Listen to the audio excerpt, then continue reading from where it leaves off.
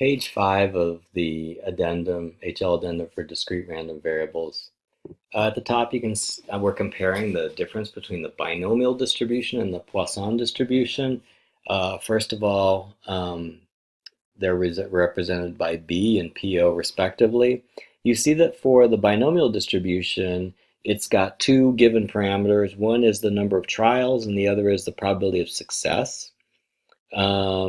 In the Poisson distribution, remember that it's kind of like the binomial distribution taken to infinity. So instead of having a certain number of trials, you basically have an infinite number of trials. It's like an ongoing process, and it's like how often do things happen within that ongoing process. It's like the trials are infinite trials. So there is no n, right? What it does have is an m value, which is quite diverse because not only does it have to do with the mean number of occurrences, it also has to do with the standard deviation of the occurrences. So we'll learn a little bit about that later. So for binomial distribution, the probability of obtaining a certain number of success in a given number of independent trials, and compare that to the Poisson distribution, where we're looking for the probability of obtaining a certain number of successes within a certain interval of time or space. A typical example of a Poisson distribution is like the number of telephone calls that Gisele answers in an hour.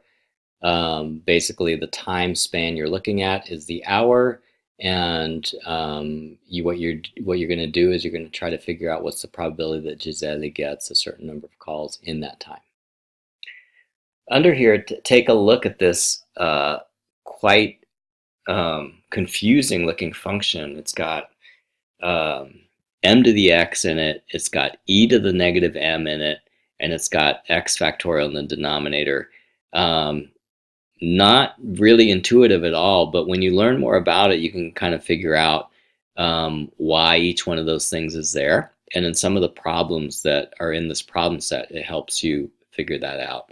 So do you notice how the possible x values kind of go to infinity? It says dot, dot, dot. What that means is basically it can go to infinity, although the probability for the higher frequency numbers is very small. Okay, so like the binomial distribution, the number of occurrences is measured with whole numbers, starts with 0, but they don't stop at the maximum number of trials. Theoretically, it can be an infinite number. The x values correspond to the frequency that something would occur, and the m value is actually a constant that either they give to you or you figure it out during the problem. It refers to the mean number of calls per hour, and also it refers to the variance of the calls. So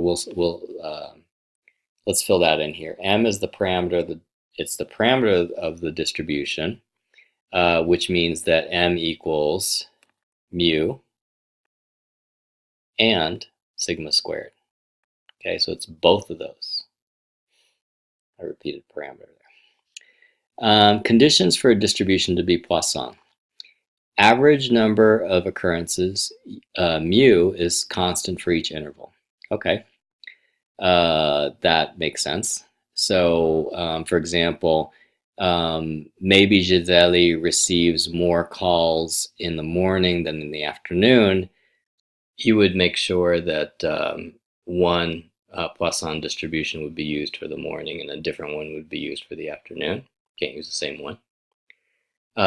Number 2, typical occurrences in a given interval should be 10% or less of the maximum possible. Okay, so like the thing kind of breaks down if Gisele is receiving like so many phone calls that the line is usually busy. Okay. Number 3, number of occurrences in disjoint intervals are independent of each other. So the number, like if you get a whole bunch of calls in one interval, it shouldn't lessen the number of calls in the other interval, or vice versa. So I think that, this is a lot more difficult to have an intuitive idea about how things work than the binomial distribution. So let's try to do some problems to figure out how it works. So number one, between 9 a.m. and 9:15 on Fridays, Sven's florist shop receives the X distribution of phone calls shown.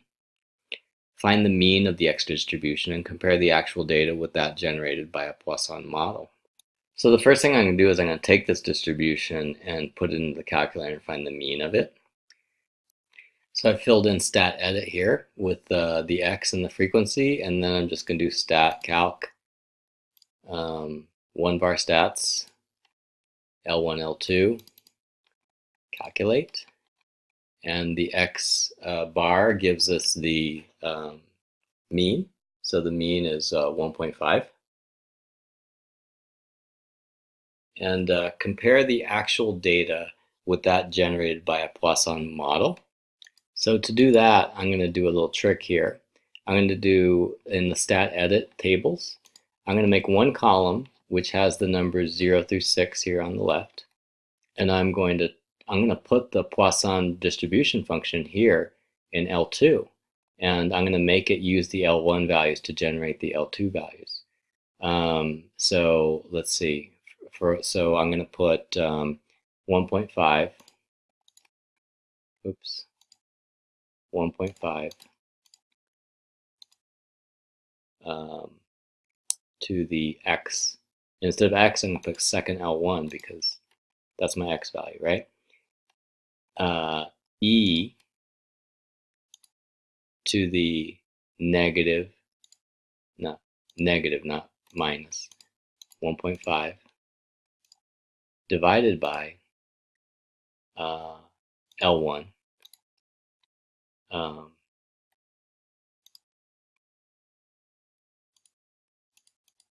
factorial. Okay, and then hit enter. Now these values are the probability distribution. So you add up these numbers and they'll approximately add up to 1. So I want to get frequency values like that. So the way I get frequency values is I multiply L2 by the frequency at right, and the frequency at right is about 52. So I put L2 times 52 and I get these values here. And now I start comparing them. So 11.6 compared to 12, yeah, that's really close. 17.4 compared to 18, yeah, that's really close. 13.05 compared to 12, yeah, that's close. 6.5 and 6, yeah. 2.44 and 3, yeah. 0.734 and 0, yeah. 0.183 and 1, yeah. So this is a really good approximation of the Poisson model, these frequencies here, okay? Because these are the ones that are actually from the Poisson model. You might wonder why I didn't do y equals to figure out these values, but the problem with y equals is it tries to do a continuous curve, and since the Poisson distribution has a factorial in the denominator, it's it's undefined for any non-whole number values. So when you put it into y equals, it'll give you an error because of that. Okay, so yeah, this data looks really Poisson. Now we're going to go to the next problem.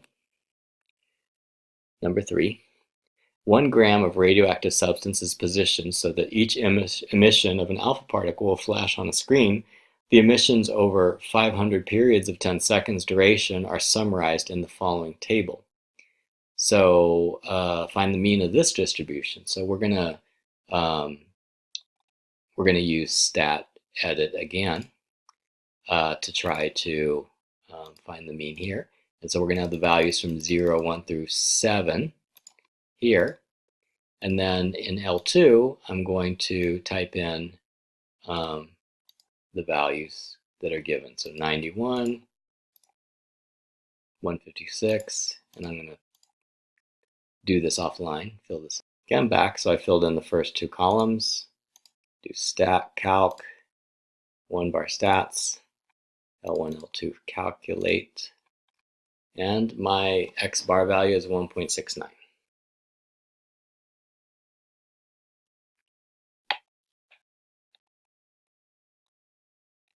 And then also I can look at for C, I'm going to look at the sigma value. The sigma value is 1.29. And they want to know how close is 1.29 to the square root of 1.69. And it's really close, right? Because the square root of 1.69 is equal to 1.3. So 1.29 is very close, okay? And last thing, they want us to do a stat edit, where they want us to generate the Poisson distribution for this mean. So the way we do that is we go up to L3. We'll keep the frequencies written here. And then we will use L3 to generate the probability distribution. So remember that the probability distribution is 1.69 to the x, or to the L1. And then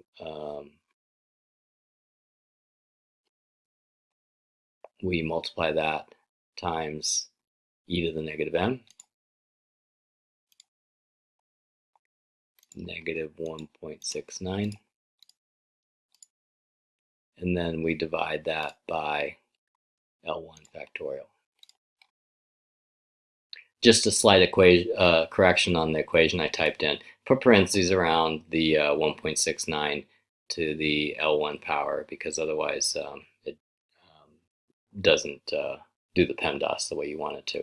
So I get this distribution here, and now I'm going to add up these elements here to see what the total frequency is. I can actually do that pretty easy by doing 2var stats and considering L2 as the y variable, and you can see that if I add up y, I get 500. So that means that the total for that column is 500. So in L4, what I'm going to do is I'm going to multiply L3 by 500, L3, and that'll give me a frequency that's close. So you can see 91, 92.26, 156, 155.92, 132, 131.75, 75, 74, 33, 31, 9, 10, 3, 2. So very close, right? So yeah, this is a good Poisson distribution here. And that's it for this page.